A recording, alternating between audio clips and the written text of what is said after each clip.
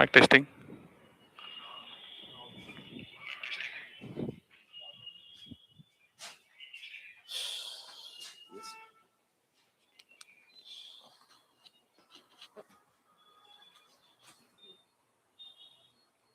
Hello.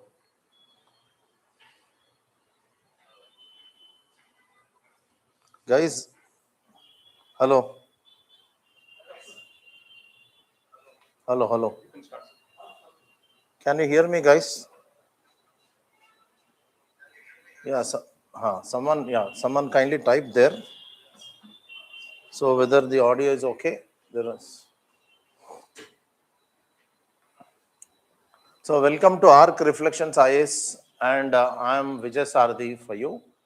I do anthropology teaching here, and since several years, it's almost like 17 years I've been teaching this. And my overall experience in UPSC is nearly 28 years. So here I want to share my ideas and certain basic questions that are raised by the students to actually make a choice for the optional, and what kind of a role optional plays, and whether anthropology is a very good optional to choose. So several questions we will be dealing with them today, and also several other related stuff I'll be dealing. So just kindly type whether you are okay with the audio. Yeah, just type whether you are able to listen to the audio fast.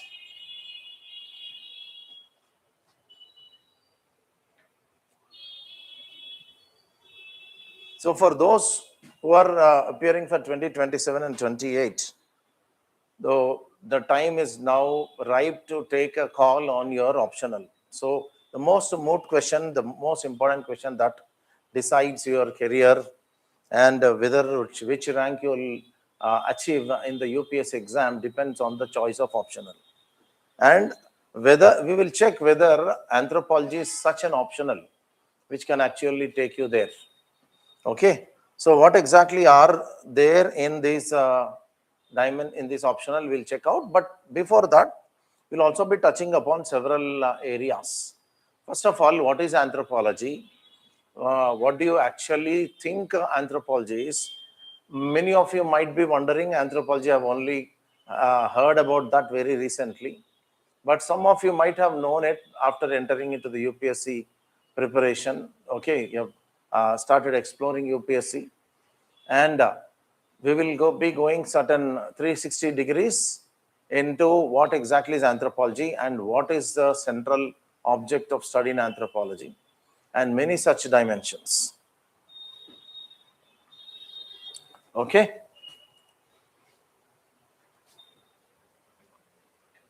So what are the fundamental questions we raise? Whether anthropology is interesting. I'll write some dimensions as well. What is exactly anthropology? I'll anyhow take you there. Okay. Whether anthropology is an interesting subject.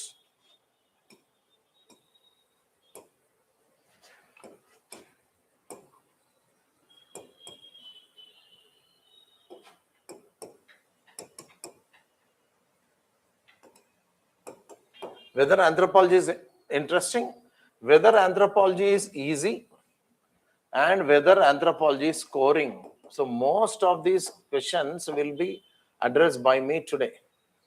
First of all, is anthropology an interesting subject? Absolutely yes, 100% yes. So you'll be developing such an idea, such an interesting, deeper perspectives in that you will, that you will not repent later that I have made a good decision, I have made a good choice. That I can assure you, even before beginning. How it is interesting is a point of discussion in the coming, session. And whether it is easy, no subject is easy, no optional is easy. Even anthropology is not easy, but we will have certain techniques. I have a unique approach called keyword approach. With that keyword approach, I'll make anthropology an easy subject such that you will understand it even without the knowledge of any terms that you have come across earlier, you would not have come across earlier in your school, college days. Some of you might be even raising the doubt, I do not have any biological background or medical background. Can I also feel it is easy? Yes, the answer is yes. We will make it easier in the such that you can actually get a grip on the subject within the next 4 or 5 months. And whether anthropology scoring, every year students are breaching 300 marks. This year, the topper in India got 48th rank. In the scoring dimension, he got 316 marks. Paper 1, 163, and paper 2, 153. And paper 2, 153. Yep. So noises. Okay, fine.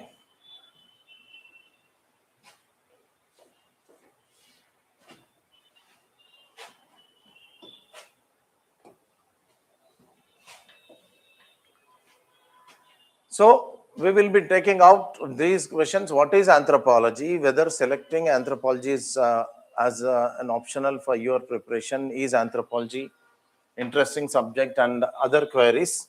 The entire discussion will be over these 4 dimensions. Abhi to starting so hi chal raha hai, don't mind, because I got that this technical snag. So I don't know what last 2-3 days it's happening, but today I hope I will make this session live and lively. So what is anthropology? It's a study of man. It's a study of mankind.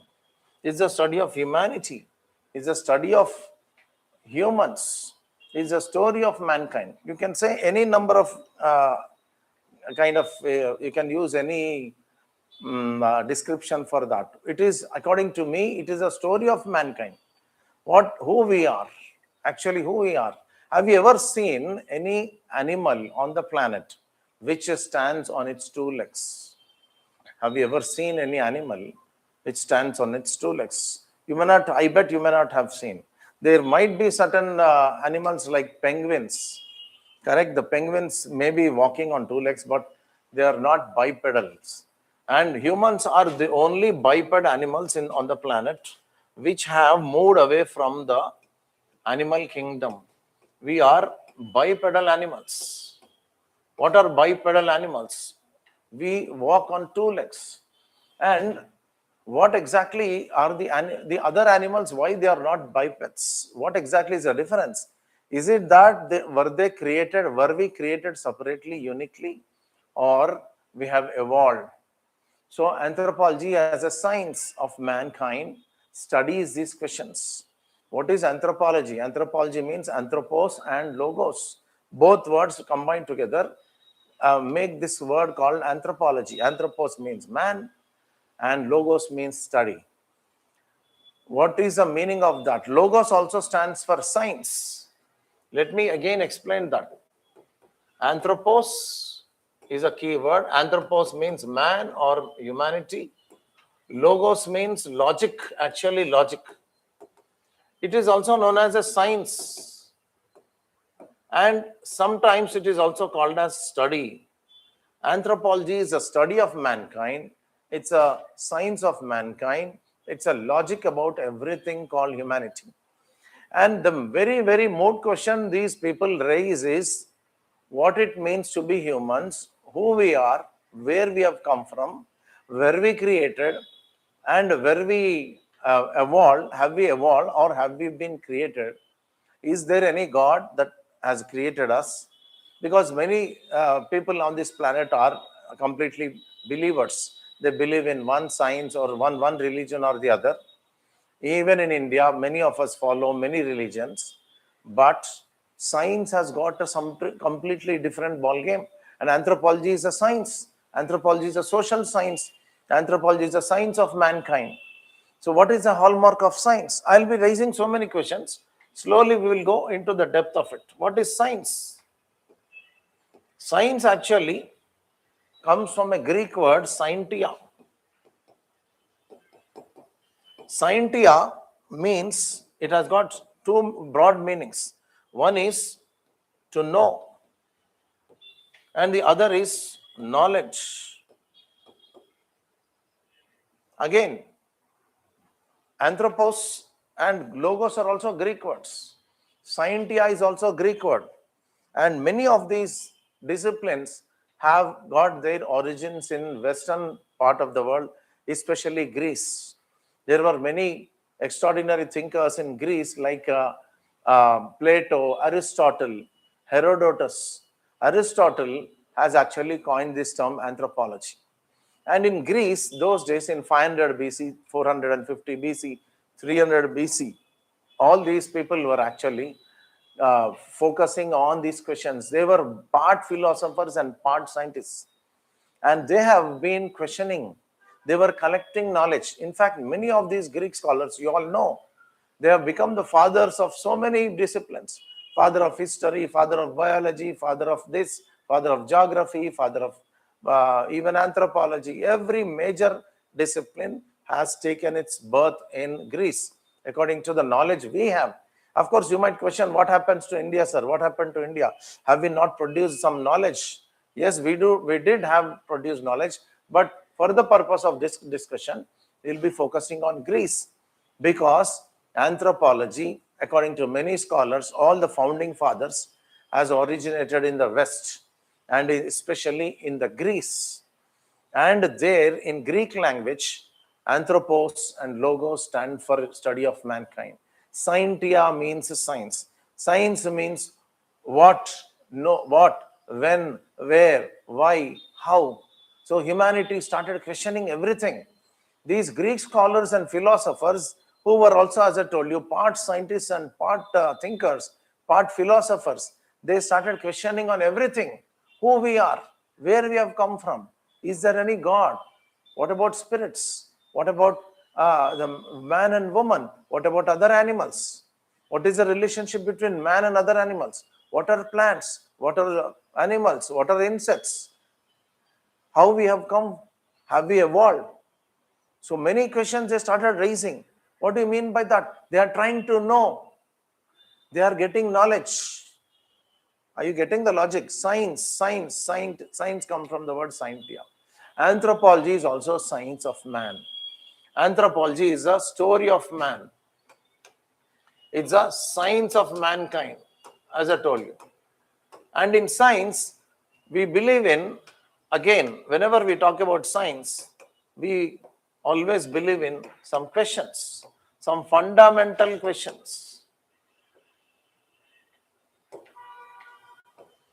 What are these fundamental questions? As we have noted, why we are the only biped animals on this planet? Why do we have language? Why do we speak? Have you ever questioned this? Right from our childhood, when we were brought up by our family, our society, our school, college, university, even in UPSC coaching, have you ever come across these questions? Why am standing erect and why am walking, running? Why other animals are unable to do? They are also running. They also have, life. They are also living, but their lifestyle and our lifestyle are completely different. They follow the nature, whereas humans have culture. They do not speak, but we have speak. We have speech. They have language, but we do have also language. Their language is simple. Our language is complex. Not only these questions, we also raise so many fundamental questions as anthropologists. For example, I'll try to add some fun to this discussion. अभी देखो आपके घर में why women love shopping a lot, why women became restricted to home. I'm talking about the entire humanity, not just only certain people. Please remember, we'll be raising so fundamental discussions and ideas that no other discipline people will raise. What exactly is the reason for women being so interested in shopping? Why women got restricted to home? Why women got restricted to kitchen? Why when men go and work outside? There is a long answer, historical background for this. You might be wondering, so it's easy, no sir, it is because men are born like that, women are raised like that. Men have more musculature, so they will go out and get the food. and women are weak, so they are given the job of that. And women give birth to children, and that's the reason they have to raise them, and they take care of the household. ये तब तो natural है ना sir, इसमें क्या बात है? So who is bothered about all this? Why we are breaking our head on this? Anthropologists are different kinds of people. Okay, anthropologists are not the people who are satisfied with these kinds of answers. Okay, since women are like that, they need to stay focused in the house. Since men are like that, they are, because they are tougher, they are more rugged, they can go and work outside, they are the breadwinners. And by and large, this is the program of the world. These are the common answers. But to tell you, my friends, very clearly, anthropologists are those people who do not accept all this just on the face of it. Anthropologists are those people who dig deeper. Anthropologists go to the origins of everything, of every facet of human life, every dimension. As I told you, right from the question, the first very moot question is bipedalism. Why we are bipeds? How did we develop language? How did we develop speech? Why can't other animals speak? Why can't other animals marry? Why they don't marry, first of all? They do also participate in sex. We also participate in sex. By the way, let me also be very clear in the very beginning. There are going to be some discussion on the sex and sex organs, our sexual reproduction, and male and female body parts without any shame. ठीक है, मैं पहले बोल दे रहा हूँ आपको. The first disclaimer you can think, and it's about only scientific way of understanding ourselves. Everywhere, whenever I give examples or whenever I discuss about sex and sexual intercourse or family, marriage, whatever body parts, male, female, it's only scientific, my dear friends. Please understand. आप star करके notes में लिख लो. Please write it down in your notes that this is only scientific. We are not trying to talk about anything. Nowadays, of course, we are moving on very fast in the 21st century. It is not an anathema. So talking about sex is no longer a taboo. In traditional societies, people dread, oh my God, how can we tawbah, tawbah? We cannot talk. No, we can't say tawbah, tawbah here. We have to be understanding ourselves better.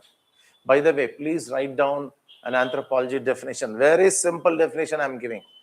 Very simple definition. What exactly is anthropology?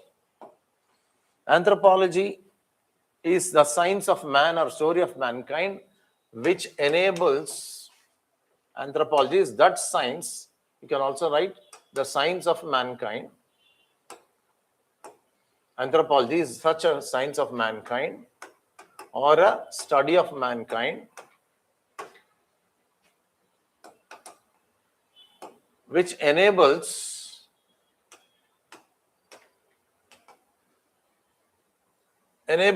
to understand ourselves better.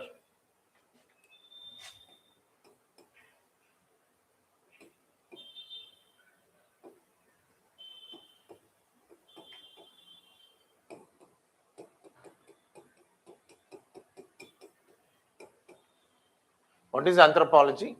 Anthropology is that science of mankind, that study of humankind or humanity, which enables ourselves or enables us to understand ourselves better. See, the last word I'm stressing, better. Better is the term I'm stressing. So why I'm stressing that better? Because first of all, I told you, when we are talking about human reproduction, human sex organs and body parts, as I told you, we do not feel shame. We have, just like MBBS doctors, they study the anatomy. We also study the anatomy. Why we are studying the anatomy? To understand ourselves better. You will be like surprised. एक double star डाल के लिख लो आप. I'm going to tell you something extraordinary. ठीक है? So which will even help the girls come out of PCOS. The boys come out of something else. Boys and girls, humanity. Most of the humans are suffering from today's lifestyle diseases. You all agree, right? By the way, kindly participate. This is a two-way interaction. Everybody is expected to participate. You please type your understanding in the comment section. So the more you interact, the more lively this discussion becomes. Okay? जब आजकल देखो हर घर में कोई ना कोई सफर कर रहा है. People have diabetes. In fact, India has become the diabetic capital of the world. And Hyderabad has got a notorious distinction of getting the title diabetic capital of India. ये दो कितने देखो और एक diabetic capital है in Mexico में, that there is one city, I don't remember that, because those guys every day on an average they drink 4 to 5 liters of Coca-Cola.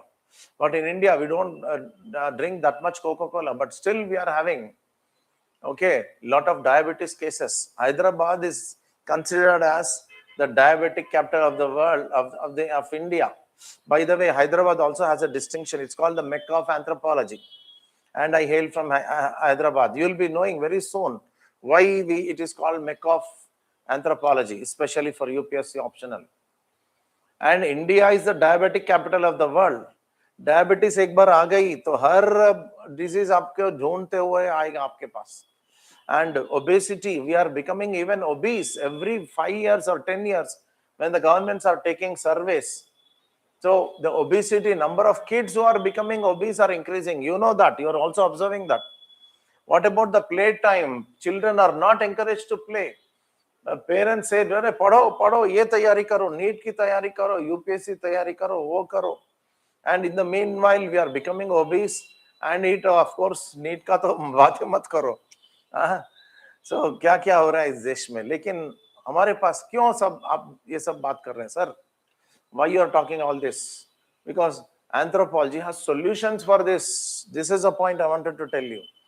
Anthropology has solutions for this diabetes, this kind of PCOS issues, thyroid issues, cancer, the most dreaded monster of the 21st century.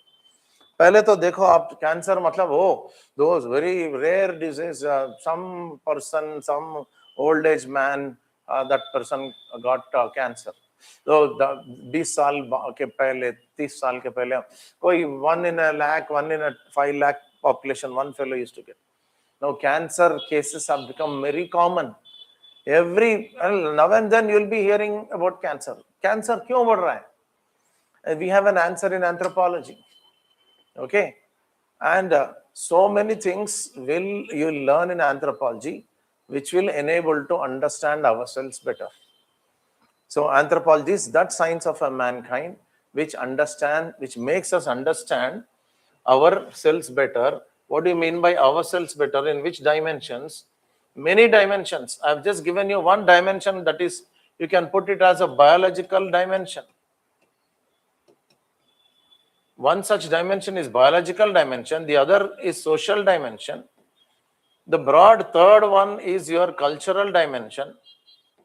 We got so many other things. Just now I mentioned in the biology, I've started with this bipedalism. It boils down to a topic called evolution. Evolution, genetics. And just now I've talked about diseases. Something like diabetes and all. All we will understand better. In social dimension, it will enable you to understand so many things better. For example, marriage. Why do only humans marry? What are the types of marriage? Is only one man, one woman relationship that is very common in the world? Do people marry many partners, many spouses? What about live-in relationship? What about the same-sex marriage? So many questions on marriage. Even dowry, and we will be talking about dowry, marriage payments. What about family? Have you heard about a recent phenomenon called Ding family? आप सुने होंगे Ding family. What is Ding family? Dual income, no kids, or double income, no kids. मियाँ बीवी अच्छा सा पैसा कमाएंगे, लेकिन बच्चों को मतलब पैदा नहीं करेंगे. हम लोग we will earn more lakhs and lakhs. तुम 2 लाख कमाओ, मैं 5 लाख कमाऊंगा. हम लोग पैसा इकट्ठा करेंगे, ये गाड़ी खरीदेंगे, ये हाउस करेंगे, नया सा एक मेंबरशिप ले लेंगे, एक नया we'll take up a gated community house. We'll go to a foreign trip. This year we'll go to Europe. Next year we'll go to Bali. अरे वाह, मजा कर रहे हैं लोग, पैसा एंजॉय कर रहे हैं, लेकिन बच्चे ना, will not have kids, because having kids means again the woman has to say goodbye to the marriage, to the job. उसका 2-3 साल मतलब चला जाएगा, बच्चा पैदा करना, उसको रेज करना, and by the time the kid is growing up, we have to till 3 years we can't put the child in the school. आजकल देखो, according to new education policy, I think the government is asking us to put the child in the school at 5th year. But कोई सुनता है? हम लोग देखो बच्चों को लेकर क्रेश में डाल देते हैं, या play school or whatever that school. The child is not even 3 years, 2 years. अभी से ABCD पढ़ाओ. ये सब कौन झंझट, ये कौन सर पे उठा लेगा? They don't want all this. तो बच्चे पालना तो बहुत दूर की बात है. So better don't get kids. Let us enjoy with the 2 incomes. Ding family, ding family. So many new things are coming up in the family. Nuclear families are on the rise. And there is something else called as kinship. We'll talk about economy, globalization. Kinship means relationship. What is happening to the relationships? Our relationships are becoming like thinner and thinner. The support that we get from our close relatives like uncles, aunts, cousins, that is all coming down. We are giving importance to vitamin M. Paisa mein Paramatma. Globalized world, we have to earn a lot, buy gadgets. Just now, we talked about ding family. Wahan par big kinship aata hai. When there is no child, where is the relationship question? Only the husband and wife relationship. So we'll be going into these kinds of things which will have solutions to the mankind. Anthropology is not just about learning something and just keeping quiet. No, we have to apply that also to the mankind's problems. Solutions we have to offer. And anthropology has got loads of solutions. It has got extraordinary concepts to understand humanity better. Once you understand humanity better, you can easily give solutions. Just like a doctor diagnosing a disease. ठीक है ना, doctor के पास मतलब doctors क्यों famous होते हैं? कुछ doctors तो ऐसे मतलब मच्छा क्या बोलते हो, मक्खी मारते होते हैं. In Telugu we call eagle dolkuntar. Some doctors do not have much practice, but some doctors have extraordinary practice. Why? Because the first job of a doctor is to diagnose the issue properly. He should have certain tools and techniques and mechanisms, certain strong knowledge. He should know the body's anatomy. So, हम लोग क्या कर रहे हैं भाई? Anthropologist. I am an anthropologist. As an anthropologist, I have these tools and techniques and methods and concepts and theories which will enable me to understand the fellow human being better, my family better, my society better, my country better, my entire humanity better. So once I diagnose a problem correctly, what can I do? I can bring a lot of solutions. So my solutions will be permanent. I'm telling you, it will be like shock. Sir, बहुत ऊंचे claims बोल रहे हैं आप, कैसा हो सकता है? So you will be attending my next 2-3 days classes. So I'll be just having a plan. After this discussion, I'll be giving a plan. Not just one small session today will be enough. आज तो केवल orientation है. What exactly is anthropology? We are trying to draw you into this idea called anthropology. ये anthropology में क्या है चीजें? First you enter into that. Then at the end of this, I'll be giving you a plan how we are going to achieve this, that clarity about ourselves. Okay. So here, so many dimensions. Cultural. Again, in culture, we have got something called talking about food. We'll try to understand why people eat certain foods. We try to understand why people wear certain clothes, not very detailedly. Food, clothing, shelter, ये सब आ जाएगा इसमें. Language, speech. Language, culture means not just food and clothes, but also language. We'll also talk about speech. We'll also understand the other dimension which is linking both of them, social, cultural. Something about why society has got inequality. Why entire humanity is not equal, though we are all human, one human species, that is Homo sapiens. Across the world, if you see, there is no equality. Lot of inequality is there. Even in India, we have inequality. There is a concept called social stratification. So in that social stratification, we also try to understand about our caste system. Caste system, how has this caste system come? What exactly is the importance of caste system? Inequality के साथ मैं और एक भी लिख रहा हूँ, caste system or casteism. There is a term called casteism or caste system. Regionalism, we'll be trying to understand about regionalism. We'll be trying to understand what is communalism. So many ideas. So anthropology enables us to understand ourselves better through these dimensions: social, cultural, biological, and many more. So I'll be taking you step by step into this. So before that, I'll just go to the next one.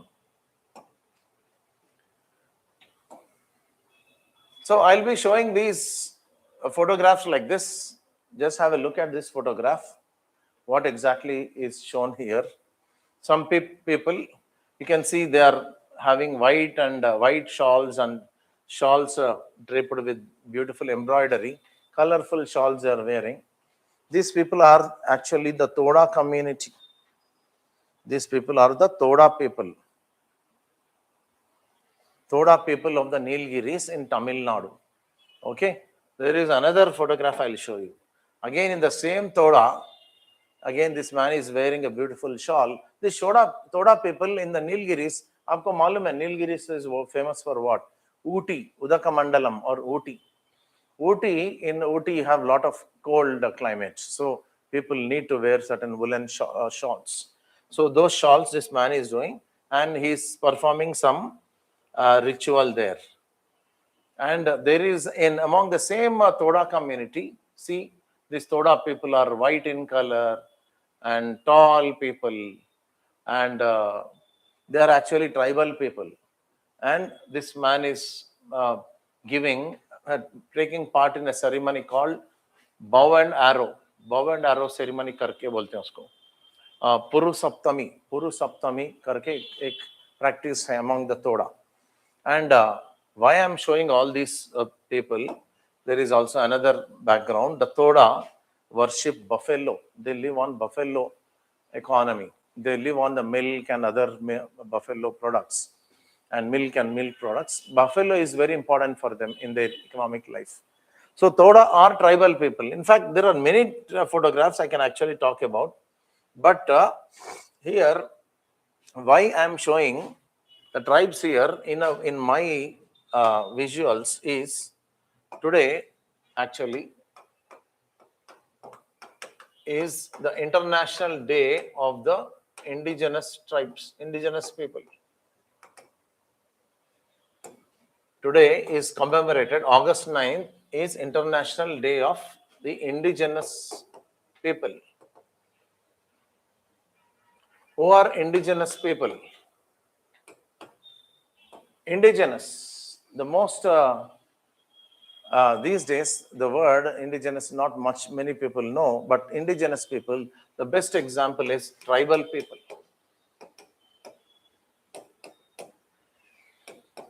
Or in simple words, tribes. So why there is a separate day for the tribal people? Why we have got a separate day anointed for them? International Day of the Indigenous Communities or People. Because the world has realized through the ages of United Nations, August 9th is celebrated as the Day of the Indigenous People or the tribes. Why? Because the tribal people need the attention of the world. These tribal people are very important for the world. Though many of us do not know about them, we just simply know that these people live in the forest, they live in the hills, they are less educated, they are less civilized people, jungly people, it's all these kinds of very primitive people. Some people even use this language called primitive. So tribal people actually are considered as these because they are not belonging to the mainstream. Tribal people do not belong to the mainstream. We are the mainstream people. We people who are civilized, educated, we take our education in our mother tongue plus Hindi and English. But those people, many of them are not educated. They are not literate. Many of them still live in the lifestyle of the forest or based on the forest and the hills. So, what exactly is the reason for that? So, anthropology also studies the tribes. In one of the dimension, we study the tribes. Anthropology also studies the tribes.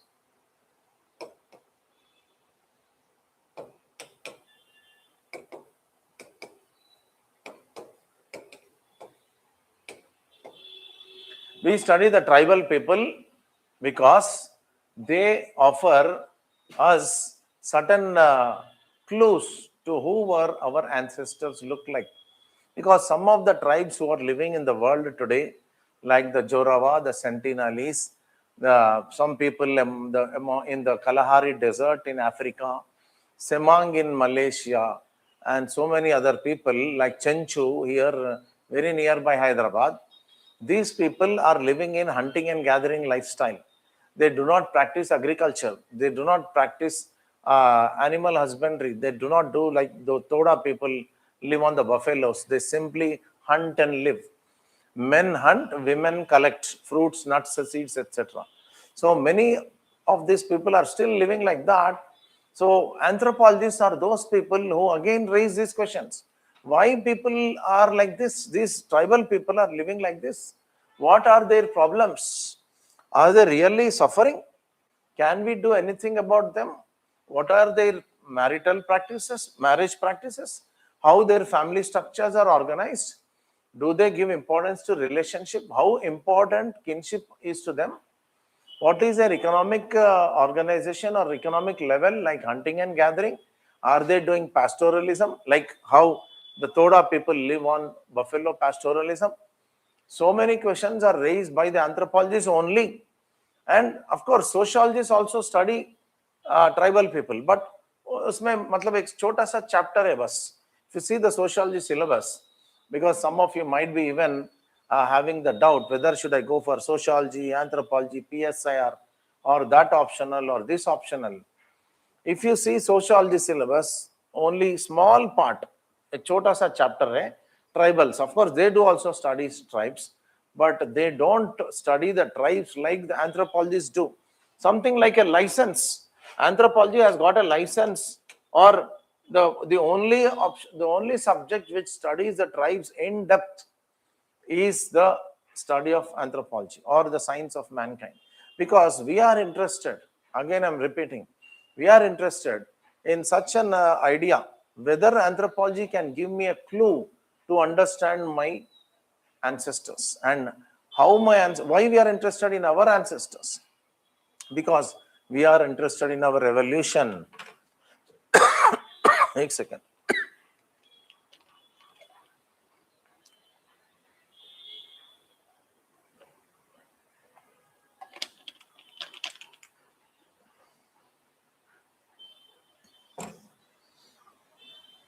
Yeah, in Telugu also I'll explain, no problem. At the end of the session, I'll explain in Telugu. And whenever you get a chance to meet me also, I'll be doing some videos on Telugu also, no problem. So don't worry about that. So, and let me, since language has come into the discussion, most of the lecture will be in English, but after the class, I'll explain the concepts to you in simple language. Sorry. I'll give you examples from the society, from current affairs, from movies, from news articles, and in Telugu only. I'll even go down to like very, very basic level and try to explain, even in Hindi. For students who want Hindi explanation, उनको भी मैं बताऊंगा तेलुगुलो कावाలంటే తెలుగులో మాట్లాడతాను, not an issue. I'm a basically Telugu person, so मेरे को हिंदी भी बहुत अच्छी तरह आती है. मैं दिल्ली में भी पढ़ाया हूँ. By the way, I have also taught in Delhi. Okay, so I have taught in Bangalore. So I don't know much of Kannada, but many students are there from Bangalore. And today, actually, let me also give a big thanks to you, because when we have started promoting the this session, We got responses from all over India. You'll be like surprised. Like, I'm really delighted. Students से मतलब जम्मू से लेकर almost Kerala तक, जम्मू से एक student है. We got students from Port Blair, and that means inquiries. They showed interest in that. From Andaman Nicobar, that is Port Blair. We got interest from Haryana. We have interest from Delhi. We've got students who got enrolled from Karnataka, Hyderabad, Andhra Pradesh, Tamil Nadu, and Kerala very less, of course. So over a period of time, we'll be like having all this complete diversity. This country is an extraordinary country. We'll also be talking about India in Indian paper 2 in Indian anthropology. Okay, so this is the background. Why today we are also interested in these tribes. Since we have talked about tribes, let me also divide the syllabus for you. So some basic understanding. What is anthropology? Okay, and nearly about next 20-30 minutes, I'll be spending my time on what is anthropology syllabus or the domains which we cover. And anthropology. So let me just give you some clarity here. So anthropology is actually divided into two papers. Paper 1 and paper 2.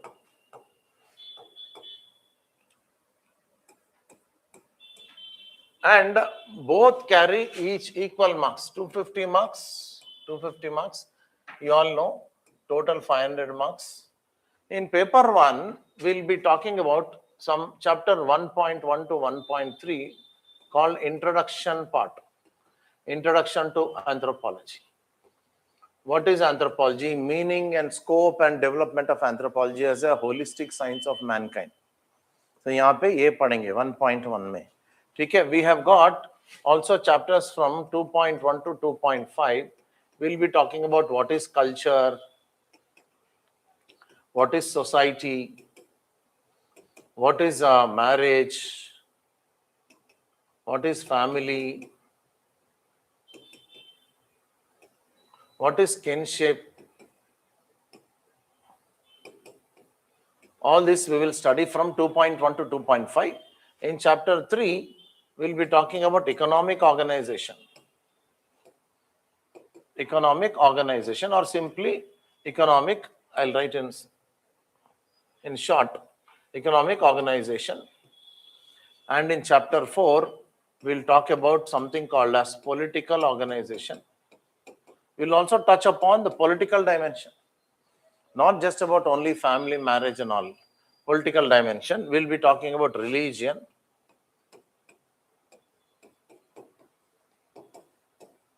Okay. So, chapter 1 se leke, 1 introduction to culture, society, marriage, family, kinship. Chapter 3, economic organization. Chapter 4, political organization. Chapter 5, religion. And chapter 6 will be talking about anthropological theories.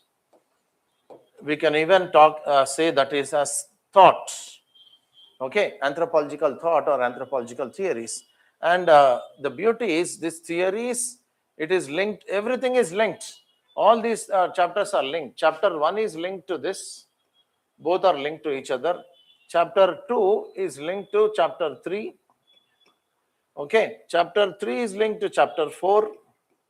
We have got extraordinary connections. Political and religion are connected. Religion and theories are connected. This theory is connected to all other. With the help of theories, we'll understand religion, we'll understand political, we'll understand economic.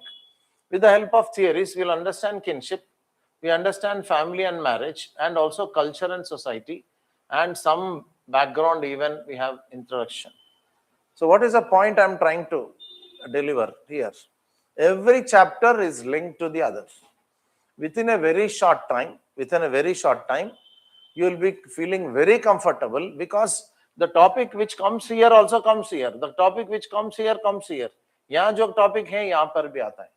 So marriage and economic things are related, as I told you. Dowry. What about marriage payments?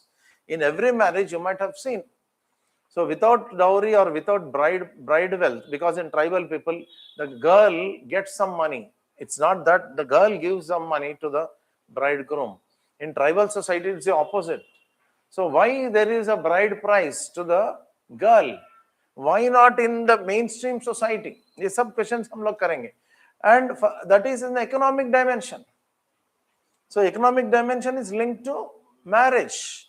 So society and culture are related. Society and culture, culture and economy are related. So ऐसा हम लोग देखते जाएंगे. मतलब एक एक part separate study करेंगे. Then we'll also build the bridges. And another one, in paper 1, again, let me wipe the board. I'll again draw the board. So in paper 1, what we still further discuss is in chapter 7, we'll be talking about culture, language, and communication. I'm writing short here.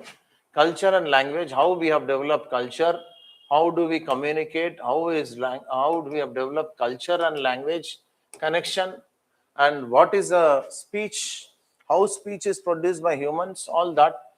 In chapter 8, we'll be talking about field work in anthropology, research methods in anthropology, and how anthropologists go to the field. As I told you, how do we know about the Toda? Earlier I told you, Toda people lived on buffalo pastoralism.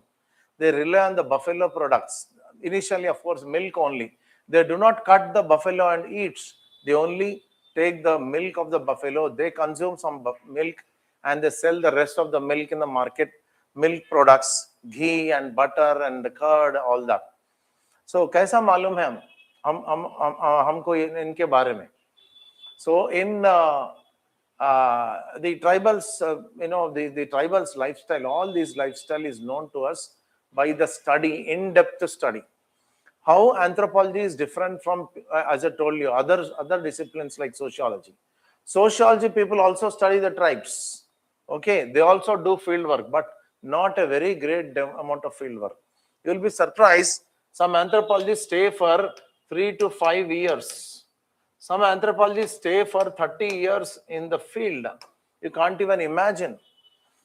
ఎప్పుడైనా గమనించినారా 30 years ఎవరైనా ఉంటారు ఏదైనా field 30 years.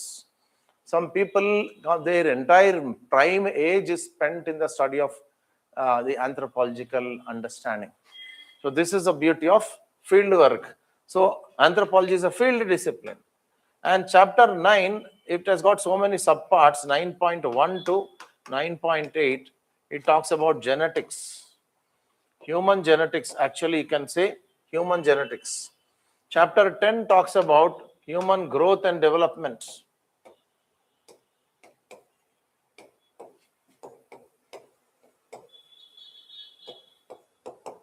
And chapter 11 talks about this demographics. As I told you, earlier we talked about body parts, male body parts, female body parts, sexual reproduction. All that we talk about demographic anthropology. And chapter 12 is an application of all. So once we cover all this, we do have chapter 12.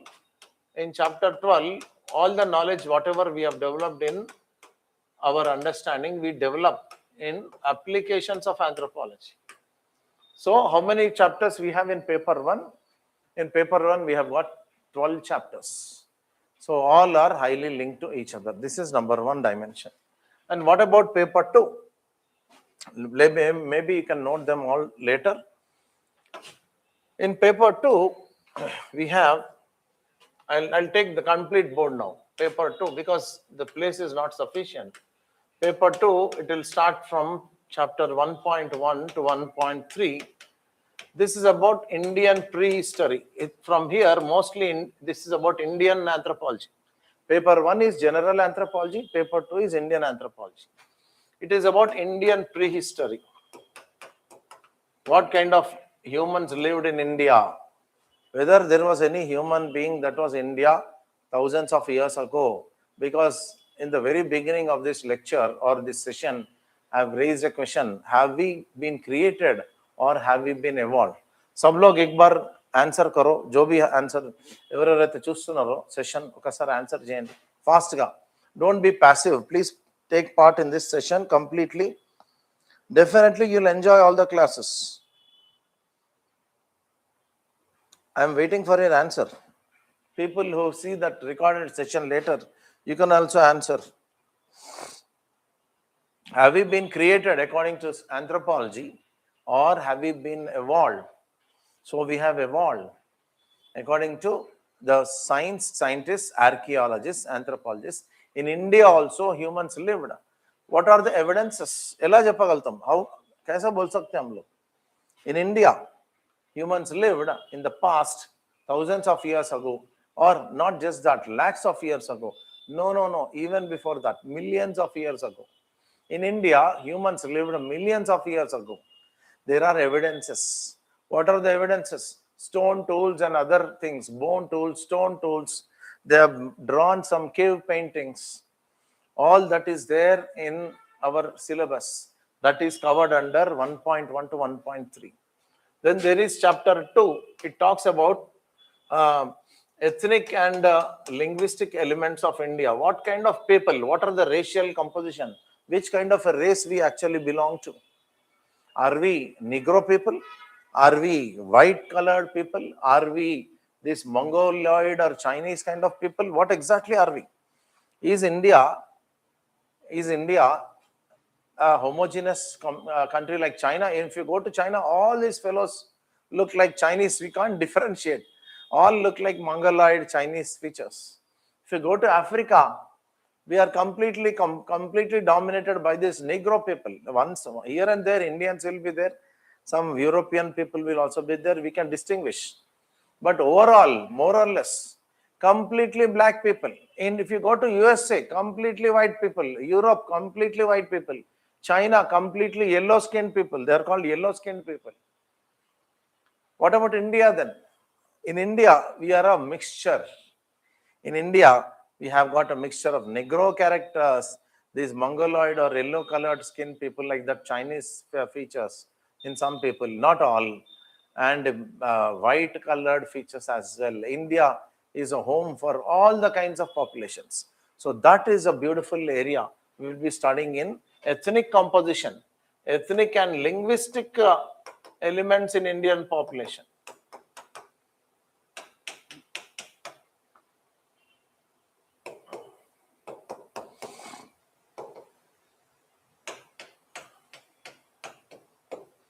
So what is our composition? How we people are like this? Why there is brown color? Are we black people or are we brown people? Why brown color is actually dominating? Okay. And what about the other things? What are so many languages we have? Why we have so many languages? Are we Dravidian people? Are we what you call Indo-Aryan people? There is an element called Aryan discussion, Aryan invasion. Have we been Aryan people backdrop? What about the tribal people? What about this? All these backgrounds? How these elements have come in India? We'll discuss in this chapter 2. There is a chapter 3, something extraordinary. We'll be talking about Varna Ashrama. We'll be talking about Varna. There is an idea called Ashrama. We'll be talking Dharma, Karma. We regularly, every day we say, oh, Karma. Karma phalam anubhavinchali. They say, no, Karma ko bhugatna padta hai, Hindi mein. There is a fatal attitude in humans. What is this karma? What is the dharma? Some people say in our old people, are dharmam nalgu padal మీద నడవట్లేదు, ధర్మం 3 పాదాల మీద నడుస్తుంది. In Telugu we say dharma. Earlier it used to walk on 4 legs. Now it is crippled. Dharma is only walking in 3 legs. So dharma, this is applicable even in our ethics. Karma, dharma. There is something called as ardha, kama. Dharma, ardha, kama, moksha. Most of this we discuss. People also talk about moksha, atma, paramatma. What are all this? These are linked to the caste system as well. We'll be speaking a good deal about caste system in chapter 3. Chapter 4, how our growth and development of Indian anthropology has developed. Growth and development of anthropology in India.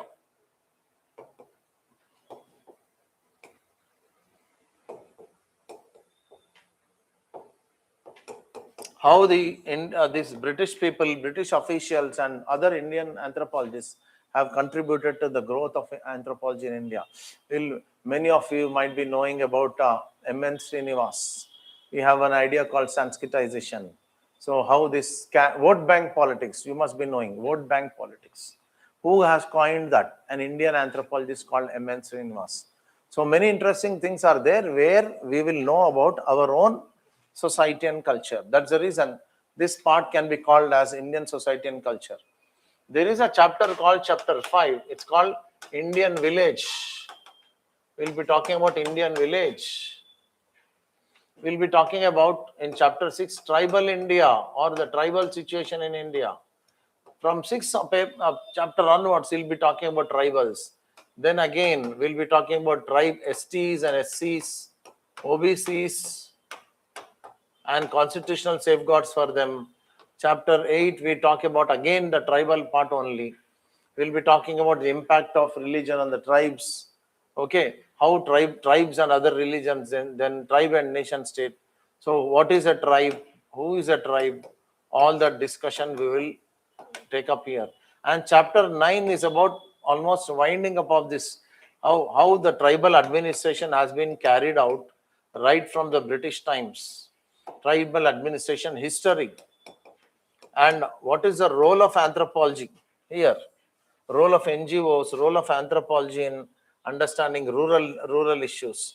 This is all part of tribal chapter 9 only.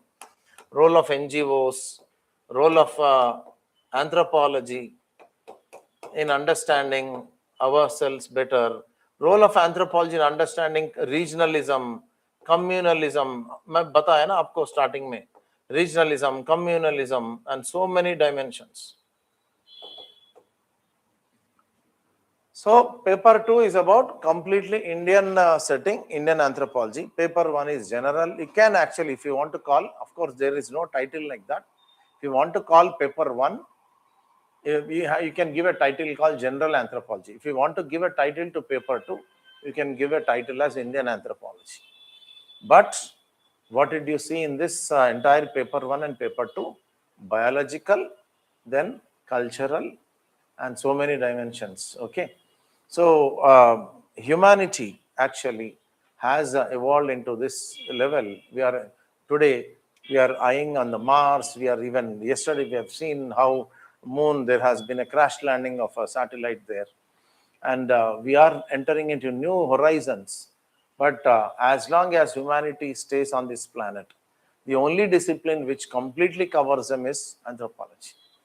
So I'll be taking you to the next ones, but again, whenever I talk about what are the intersections of this discipline with general studies and all, I may be again, I'll be definitely attracting towards the themes again, some themes which are happening in the country now, the current developments, etc. We'll be discussing them as well.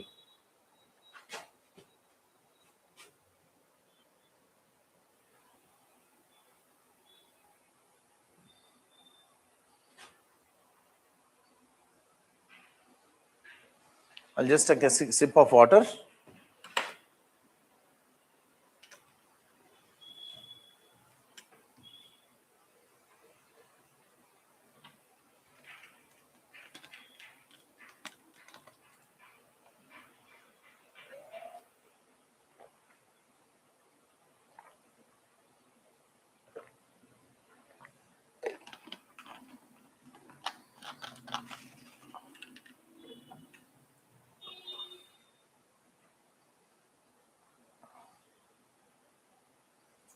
So, coming back to this, why anthropology is a popular optional?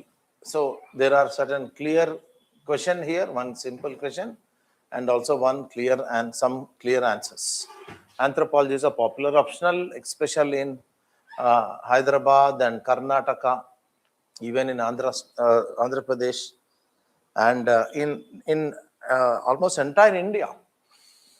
So, if you see the nature of questions, most of them are direct. More than 80% questions are direct.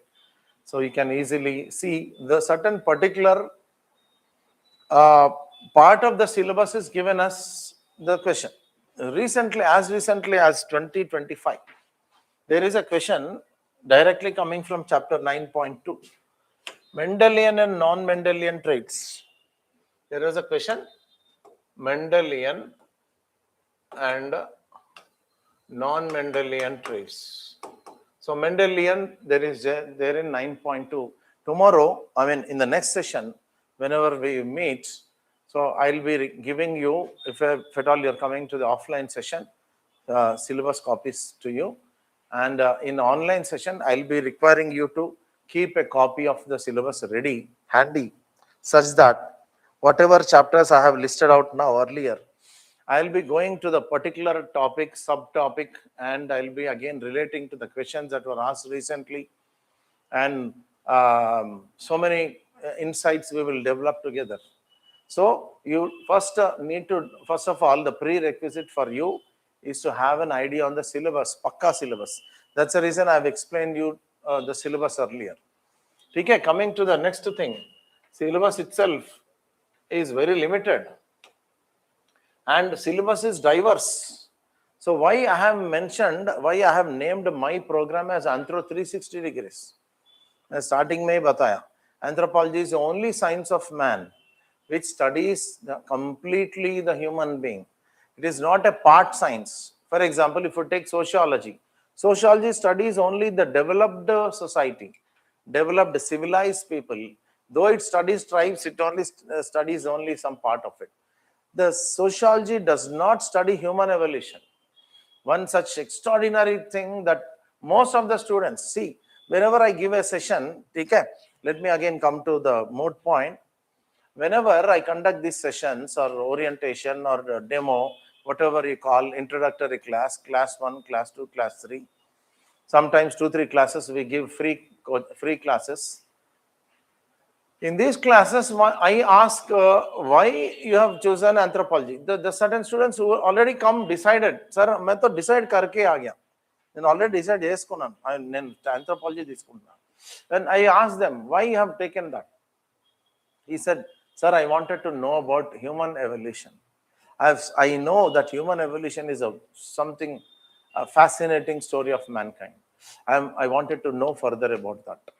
So 50%, nearly 50% students, even though they are from non-bio background, have this extraordinary focus area called human evolution. And this human evolution is not studied by any subject. अब पूरा 26 optionals ले लो, especially in UPSC, right from literature, there are 26 optionals. In all these 26 optionals, no optional studies human evolution like anthropology does. So it is diverse. It starts with this human evolution called biological. I've already told you this about this bio part. And we also talk about our, as I told you, from once this biological evolution has started in humans, okay, how they have become cultural animals. So I'll just give you a glimpse. थोड़ा सा biology में लेके जाता हूँ. This is the most fascinating story of mankind. Okay. The entire discussion has begun from how we have become bipeds. Who are bipeds? The people who are standing on two legs. What about these two? Animals actually use this, no, for locomotion. They all do like this. Four-legged animals, quadrupeds. Then how we have become like this? There is a fascinating story, as I told you, which happened in Africa some 5 to 8 million years ago. अब थोड़ा imagination में जाना, be ready. I'm taking you to Africa. We are actually sitting on a time machine and going back. ठीक है, थोड़ा सा imagination भी आपको alive रखना होगा. And what happened in Africa about 5 to 8 million years ago? We are not sure exactly pinpointedly that exactly it has happened like that. Roughly the time period is about 8 to 5 million years ago. And sometimes the time even stretches up to 3 million years ago. Nearly 50 lakh years is a time span in which our ancestors who were living on the treetops in equatorial rainforests have actually got an opportunity to come onto the ground and become human. I'm just using a very big sentence. So what is the idea here? Our ancestors who were living on the tree tops, or they were living on the top of the trees. And what kind of animals you have seen on the treetops? Usually, monkeys and chimpanzees, gorillas, orangutans, gibbons, siamangs, so many other apes. They're all called apes and monkeys, correct? Most our closest cousins. Okay, you must be also talking about certain other animals like squirrels. We have seen lemurs, lorises. You see in the Geographic Channel, National Geographic Channel, even lemurs, those big-eyed fellows, owls, birds. So many organisms live on the trees. But I am talking about our ancestors who were four-legged animals. Originally, we came from apes who lived in Africa, and from those ape ancestors, we have evolved. And how this has happened? Just now I mentioned about equatorial rainforests. When equatorial rainforests, what exactly is actually the background of equatorial rainforest? I'll just take you background. I'll come here again to the biology part. थोड़ा सा अभी I've become so slightly passionate now. So how would be the ecosystem in the equatorial rainforest? Imagine this is a tree, and in an equatorial rainforest, it is completely full of trees. It's called canopy. There will be no place at all for even rain falls down.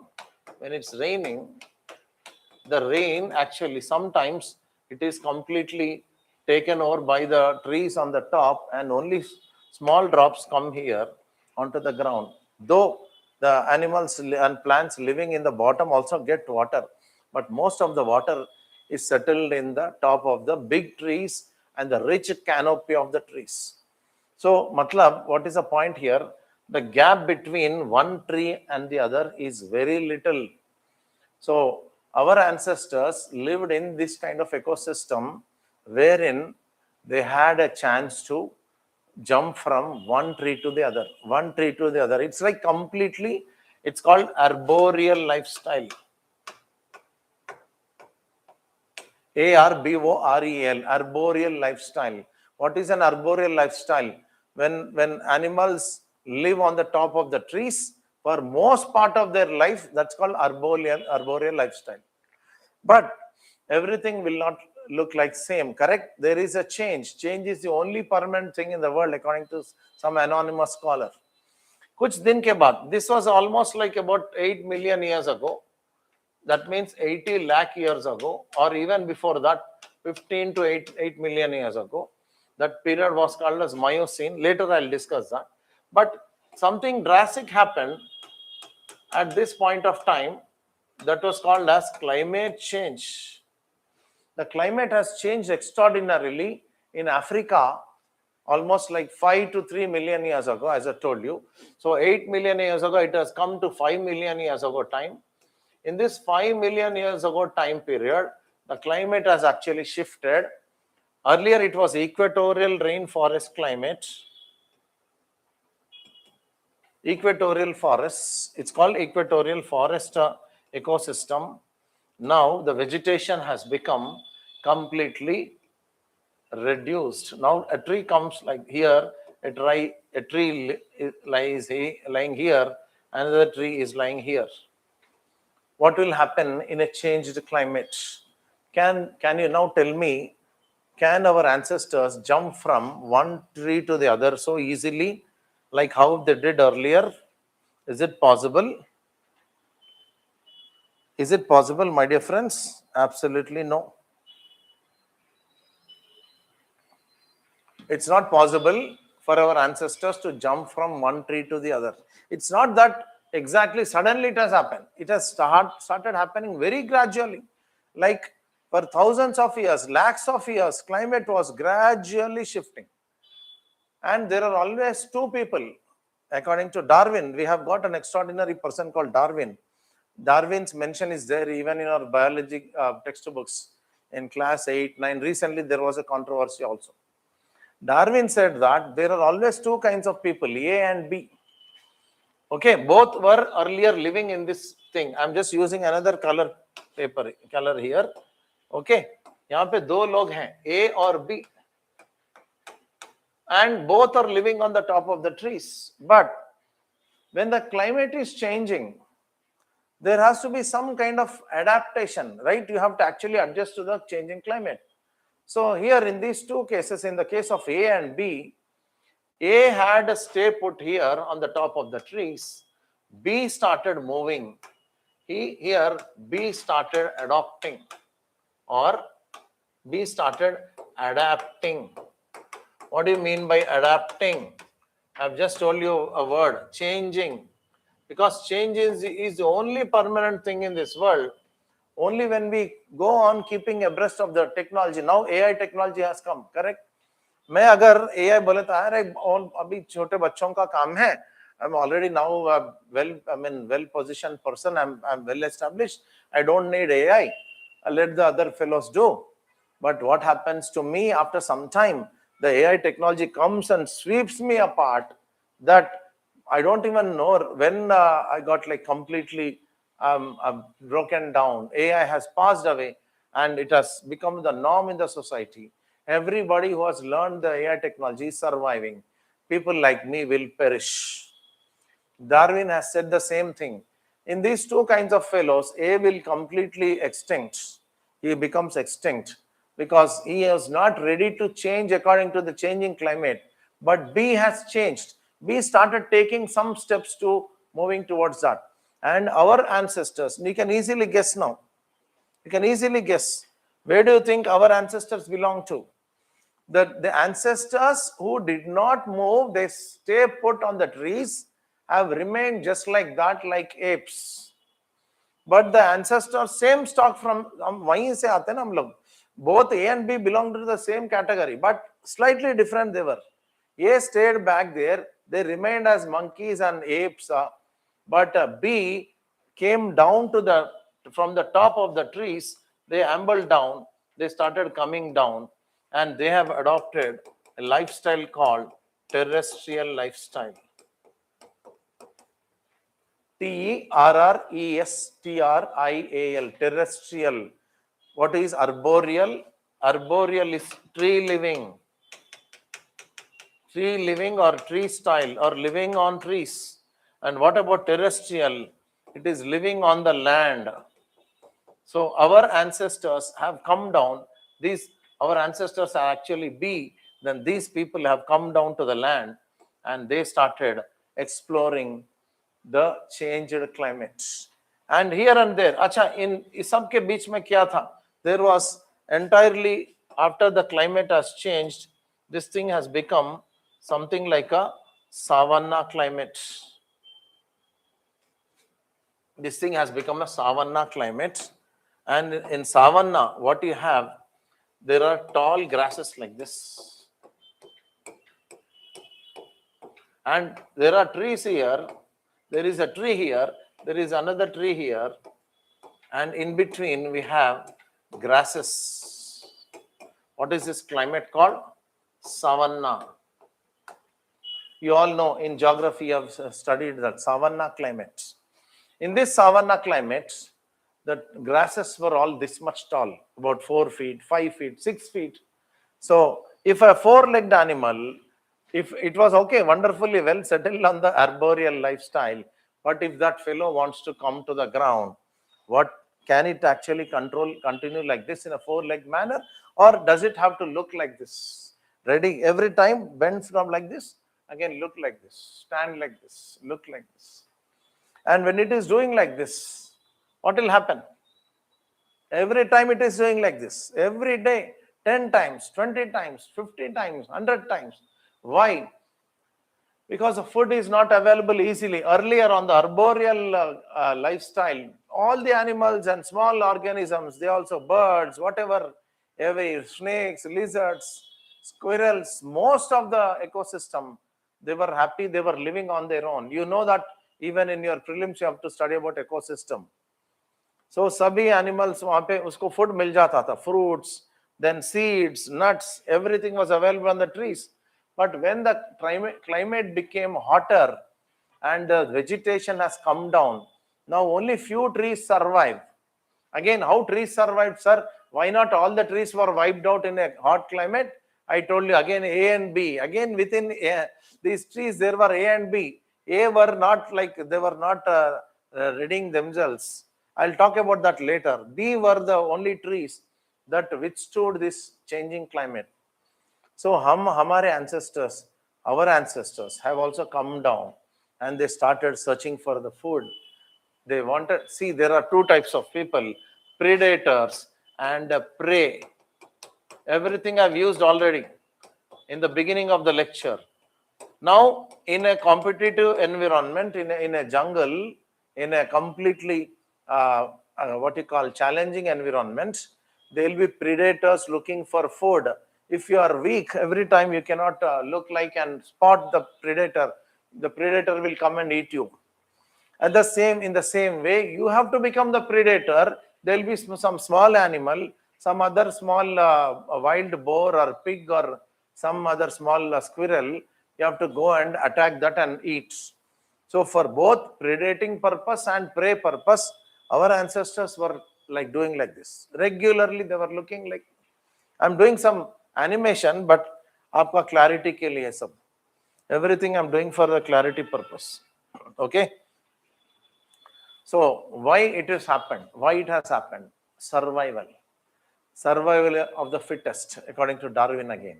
Whosoever takes a step outside, and that fellow will survive. The person who thinks, okay, let me relax, so chal raha hai na, everything is going on, let me enjoy, then we don't know when that thing has come and swept you away and you have become extinct.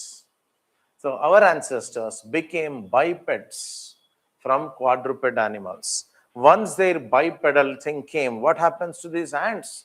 Now you see, every day can they go like this? Can I walk like this? If I walk like this in the streets, people look like, kaun sa joker aa gaya bhai? Is he doing some jatara today?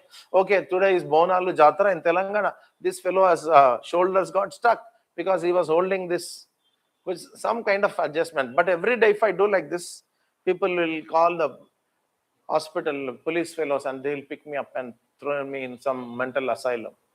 ऐसा कोई नहीं चलता ना आजकल. Nobody walks like this. Okay, in the morning there are some people do laugh exercise. People do exercise. In the morning we do all this in the walking, jogging thing. But normally our hands have become free from locomotion. What is locomotion? When we move from one place to the other, it's called locomotion. Earlier, our ancestors were moving on the four legs. Now, four legs are not required because long back we were doing like this. And in this process, even our, there is a, if you see an ape, I'm just drawing an ape skull here. Just imagine. अभी ape कैसा रहता भाई? An ape chimpanzee looks like this. And how humans look, human skull, humans look like this.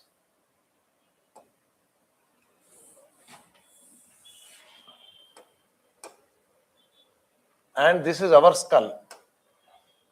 Okay. And how apes used to actually walk, and for them, for four-legged thing, they had this bow-shaped spinal cord. And how is our spinal cord? You all know. Our spinal cord is like this. So what is our spinal cord? It is S-shaped spinal cord.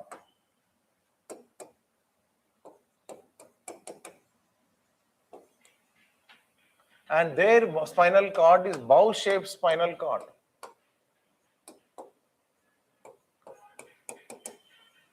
With this bow-shaped spinal cord, they cannot become completely bipedal. And as our ancestors were doing like this, we became bipeds like that. If you touch here, and everybody of you know that if you touch here, there will be a depression here. यहाँ पे lumbar region बोलते हैं. Okay, so there is another beautiful thing I'll tell you. How are you and me in the mother's womb? So in the mother's womb, you see, we were like this. We were curved like this, correct? And this is our head. Our head, there, ये सब ऐसा था. and we were tucking our, ऐसा हम लोग tucked position में थे, okay, in the mother's womb. And how our even spinal cord was like, our spinal cord was completely like this.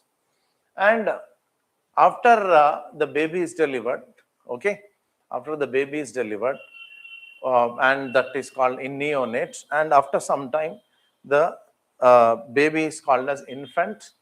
And how the infant starts doing, the infant earlier it used to be just lying on the back, but over a period of time the infant aisa ulta hota hai, then that infant starts crawling like a snake or some other animal, frog, snake, etc.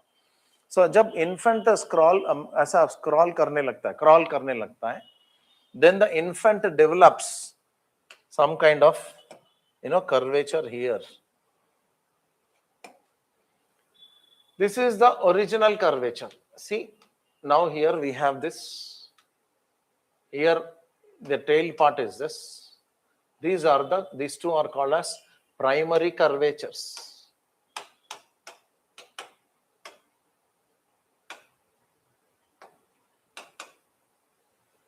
And what about the other two? Now, यहाँ पे एक bend आया. Now this is a bend. This is a bend. The two bends here we have developed in the thoracic region, other region. How we have developed other bends, opposite bends, because the baby, when it is crawling, it tries to just stand up like this. You do yoga posture. Then when the baby is trying to lift its head, there is another curvature that develops here. These are the secondary curvatures, right? Two curvatures are primary. These are the primary. Then there are the secondary curvatures. Like that, these are the primary curvatures, as I told you. When we were like this is a primary curvature, and this is also primary curvature. But what about these two? This is a later secondary curvature. This is also the secondary curvature. P for primary, S for secondary. How beautifully the entire human organism evolved as a biped animal, because for millions of years, for lakhs of years, our ancestors were like doing like this, and before they died, they reproduced. Ab पूछ सकते हैं, how can this thing has gone into the next generation? Just by standing like this, next generation will not become like that, no? So whatever our ancestors were doing like this for survival, for spotting the prey and predators, that has gone into their genes. Those genes have actually, for in the male sperms and the female's ovum, and when they sexually reproduce, that has gone to the next generation. The next generation also started doing like this. And after millions of years, the babies also start. See, the baby, when you leave, the baby automatically tries to lift its head. Again, the secondary curvature, secondary curvature starts when the baby, after some 6 months or 8 months, it tries to hold some support and tries to stand up. When the baby is trying to stand up, see, another secondary curve develops here. Two primary curvatures, two secondary curvatures, making S-shaped spinal cord.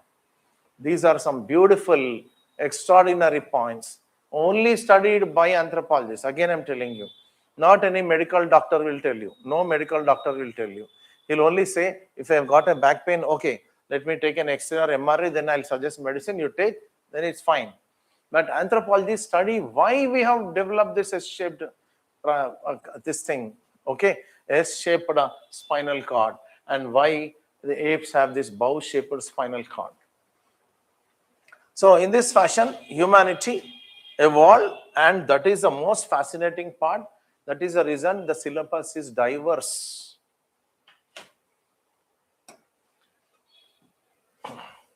The syllabus is diverse, as I mentioned. One is the most fascinating part, that is the biological part. I will start with the biological part only, how our ancestors evolved, and from biological part, how once their hands got freed, and how these hands started making stone tools. One stone we pick up, and with another stone we started beating them. Small pieces were left out, the sharp edge we got. With the sharp edge, we used to scrape the skin from the dead animals, that whatever little food was available, the bones we used to break open, all these were happening with the stone tools made by our ancestors. Again, 3 million years ago, 2 million years ago in Africa, again, many evidences are found. Our stone tools were belonging to nearly 2 million years. 2 million years ago, MYA means 2 million years ago. In Africa, we have got evidences of stone tools. And earlier I mentioned about archaeology. In archaeology, we study all that. So biological, archaeological, and from archaeology, while we were all doing this hunting and gathering with the stone tools and all, we used to hunt animals. And animals hunting is not an easy exercise. If you just are relaxing, the animal escapes. So together we have to hunt. Hunting is a coordinating activity. So now also you see, if there is an ambush terrorist attack, our Z category, kaun bolte hai log, black cat commandos and trained commandos go, and they go and hide behind this. आप लोग देखे होंगे movies में, एक truck के पीछे जाता है, उधर जाता है, then they say 6 o'clock, like that, they do whistles, they do इशारा, ऐसा ऐसा करते हैं. There are 3 people there, look at 11 o'clock position, then whistle. What all this? This is a gestural thing which our ancestors did lakhs of years ago for all the coordinating thing to hunt animals, to catch hold of the escaping animals and capture the meat, because without that we will not survive. So survival teaches you hundreds of lessons. All this has gone into the brain development. Okay, every day it has, these experiences were getting into the brain. Again, to the next generation, they were given through genes, and like that we have developed language, gestural language, communication, speech. So this is about linguistic anthropology. And if you see, finally, what we have: biological, archaeological, linguistic, social and cultural. Because once we started getting food, okay, male-female bonding anyhow is there, male-female difference is there, sex is natural, just like other animals, we also do sexual reproduction. So male-female clearly stand out. There are certain clearly male characters, there are certain clearly female characters. Testosterone is a hormone responsible for maleness. Estrogen is there for femaleness. So all these characteristic things have developed in something called as marriage. And how marriage started? Again, anthropology started raising these questions. Okay, I'll not take much of your time. Another 10-15 minutes, I'll enter into the trivia. So finally, before we go, I just like to draw your attention to this wonderful thing called marriage.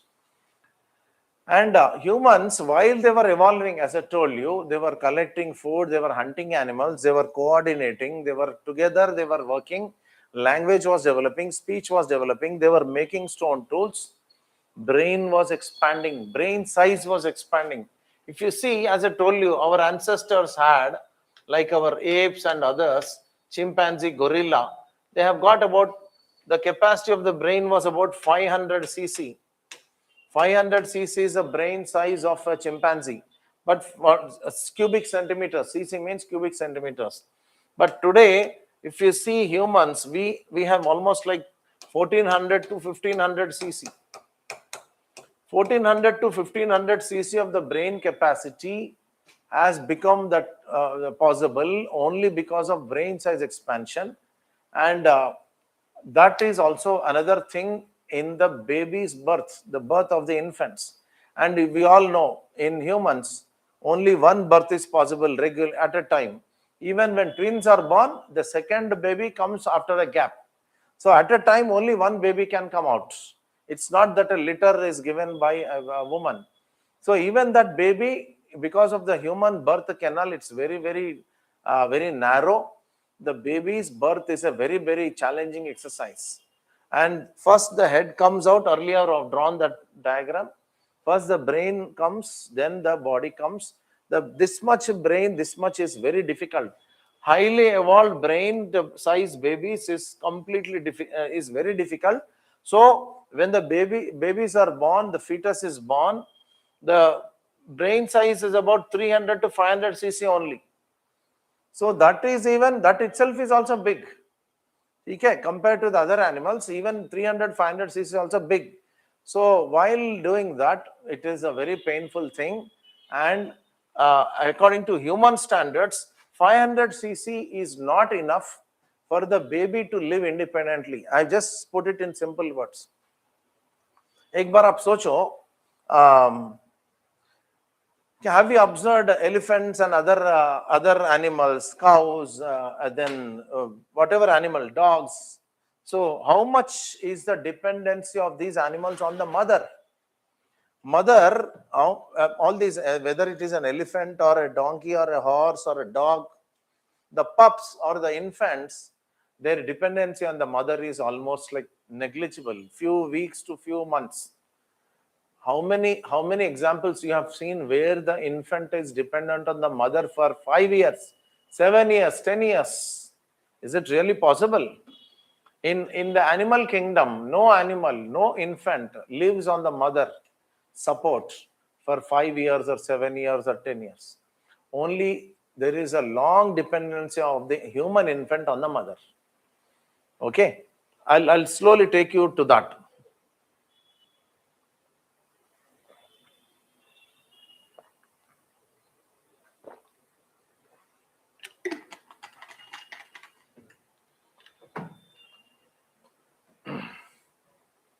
So what is the reason for the marriage? I began with this question. How marriage as an institution, social, cultural, I have already told you. We'll be talking about marriage, family, kinship. Okay. How marriage as an institution developed in humans? Why not in dogs or why not in elephants? Because the moment the baby is born, within few weeks or few days, the infant is on its own. It starts getting its food. Getting food and giving to the baby is only temporary exercise.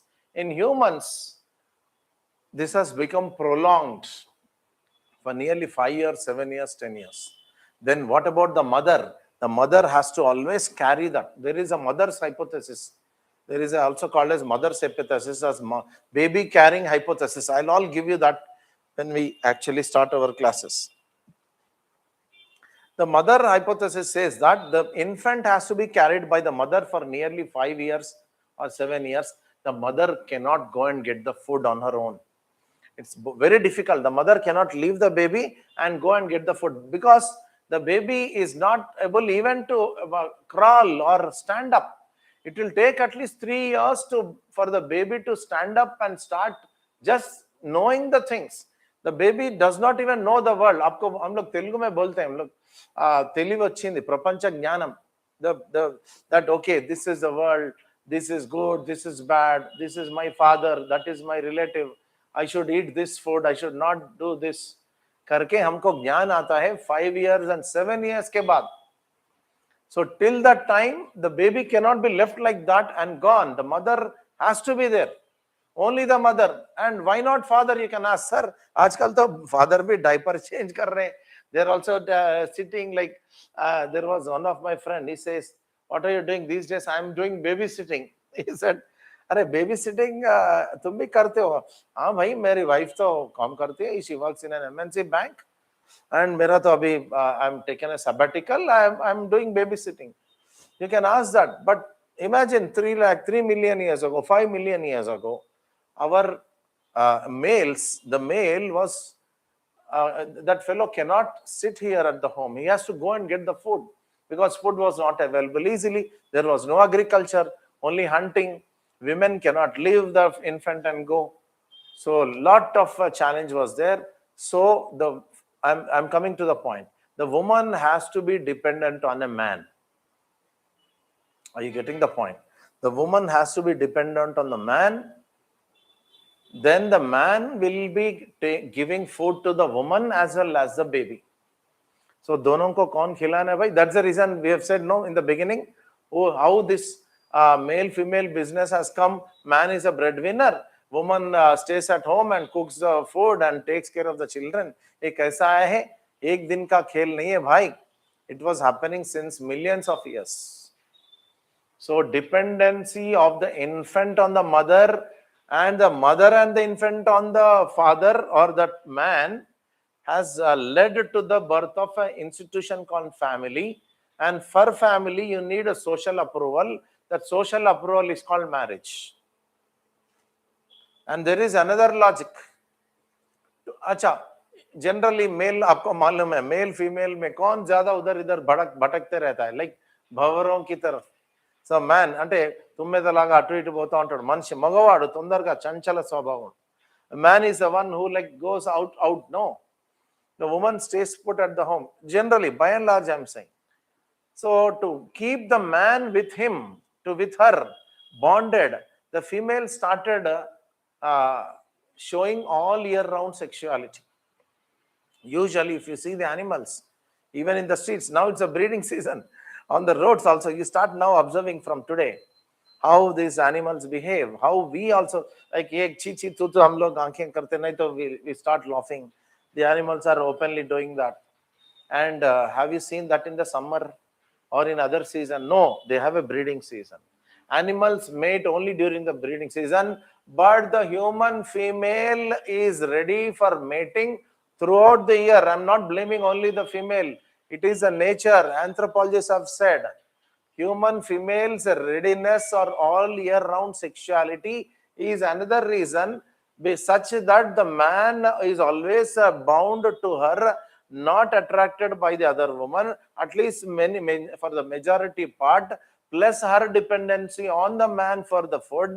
Both these factors have made them together bonded like, and that became a family. And to have a social stamp of approval on that, you need a marriage.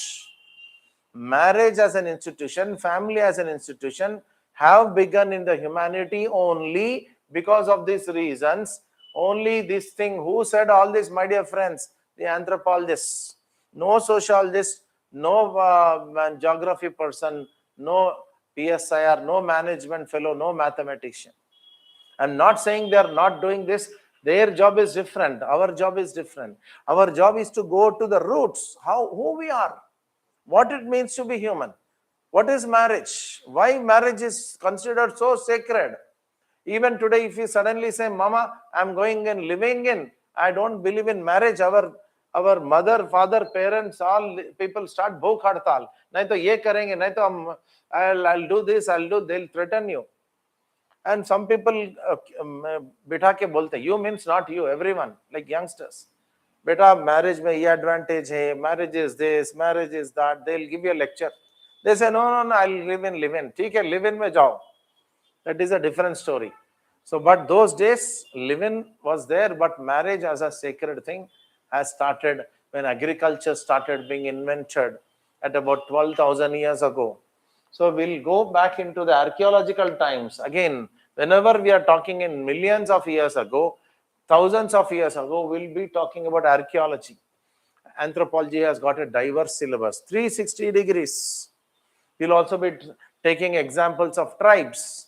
So the syllabus is very limited, but still it is diverse. Questions are repeated.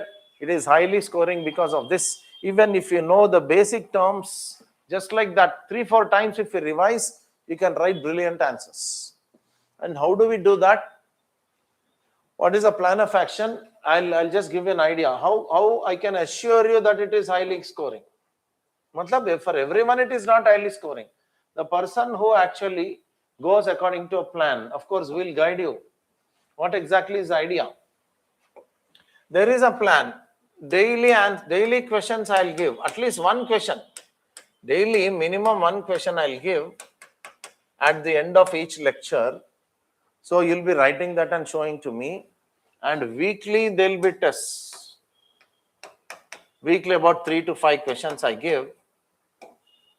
Weekly, and assessment will be done in a one-to-one or one-on-one assessments, and I'll be correcting, evaluating the papers on the spot. If not possible, I'll take them home and next day itself I'll give. And after and usually on the weekends, I'll conduct the test. I'll be explaining the test, how you people wrote, what is the exact requirement of the question or the demand of the answer. I'll explaining it For example, if I conduct the test on Saturday or Sunday, I'll explain that in the first part of the Monday.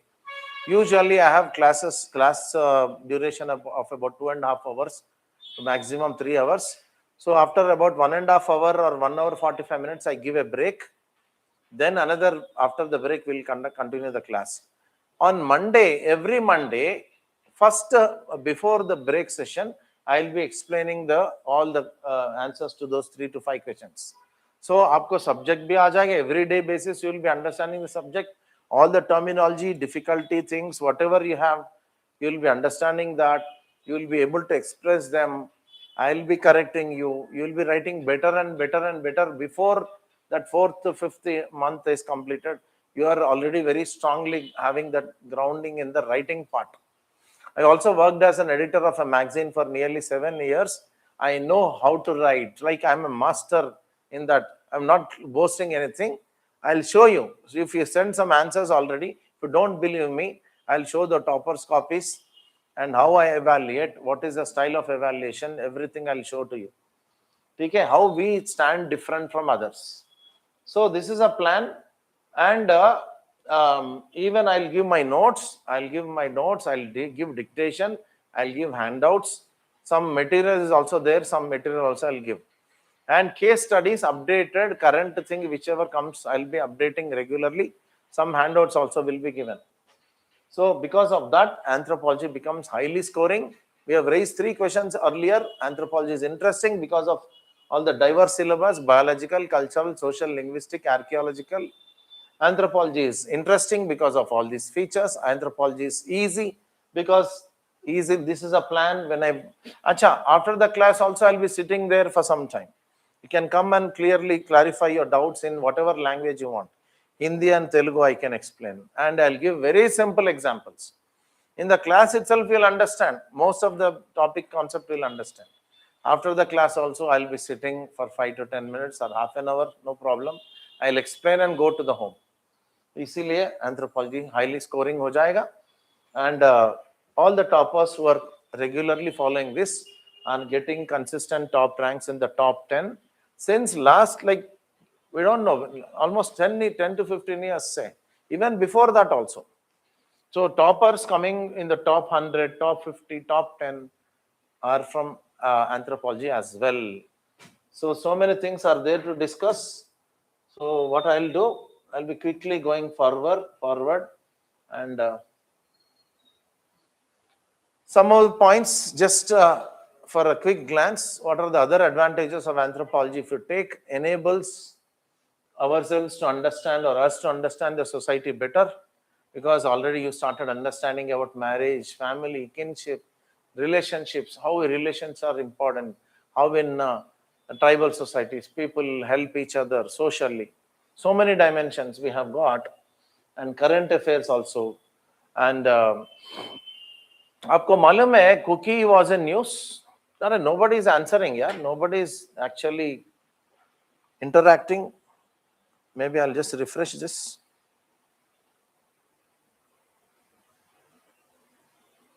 Only one person is watching. No issues. You can actually chat, no? So when we do like this, so many things we understand. For example, cookie. There was a question on Purum kinship. So Purum people were actually Kuki. So how Kuki people have become so, they were involved in this Kuki mighty, now Kuki and Naga.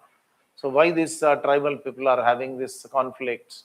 So we will understand through a lens called anthropological lens. Anthropological, I can say anthropological viewpoints or perspective. So it's useful in GS. Many dimensions we'll cover in GS. I'll take a separate class on that. Now it is very premature.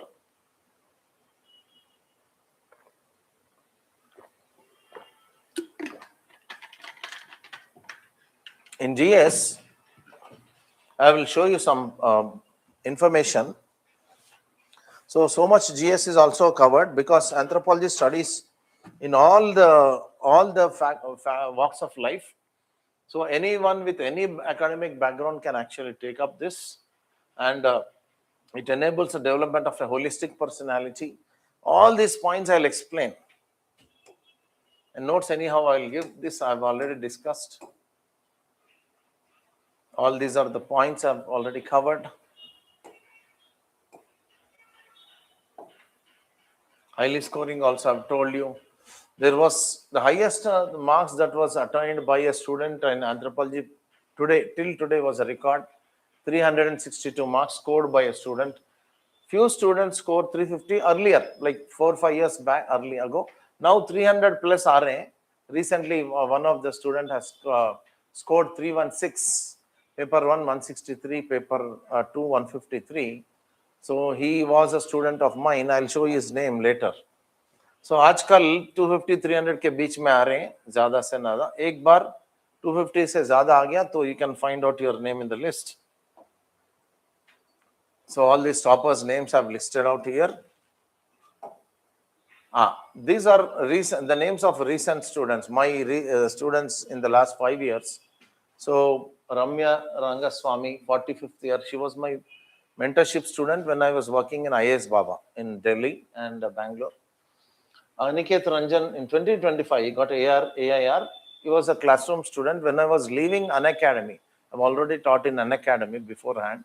While I was about to leave an academy, he has joined. So he has watched my lectures for, of course, few months only. Then he also talked to me on phone. Like he took my guidance also. So mentorship, classroom student, like in thoda sa, not much.